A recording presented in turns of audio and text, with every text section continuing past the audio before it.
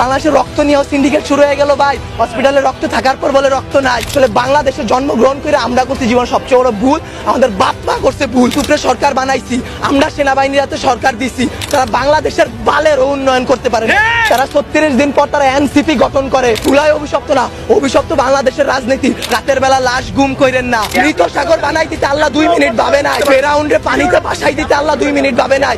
আমরা তো পাপিষ্ঠ জাতি, আমরা তো খারাপ জাতি, আমাদের ডুবাই দিত আল্লাহ 2 মিনিটও ভাববে না। আপনাদের বলা আর এই যে নিজের গালে নিজে এইভাবে থাপ্পড় দেওয়া ভাই সেম কথা। ব্যথাটা নিজের উপরই, থুতুটা নিজের উপরই পড়ে। উপদেষ্টারা আসতেছে 20টা করে গাড়ি নিয়ে আসতেছে, উত্তরার রাস্তা বন্ধ করতেছে, সেক্টরের রাস্তাগুলো বন্ধ করতেছে।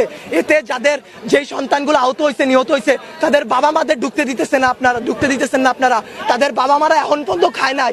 আমার মা শোকে শোকাহত হয়ে গেছে। আমরা 2 ভাই আসছি, আমাদের বোনরা আমরা নিয়ে গেছি।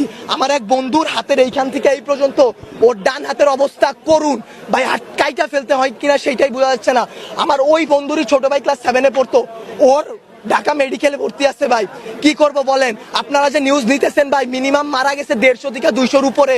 আপনারা নিউজ দিতেছেন এইখানে 10 জন, ওইখানে 1 জন, এইখানে 2 জন। আসলে ভাই বলতে গেলে কি, আমরা উপদেষ্টা আনাইছি, আমরা ইউসুফরে সরকার বানাইছি, আমরা সেনাবাহিনীর হাতে সরকার দিছি।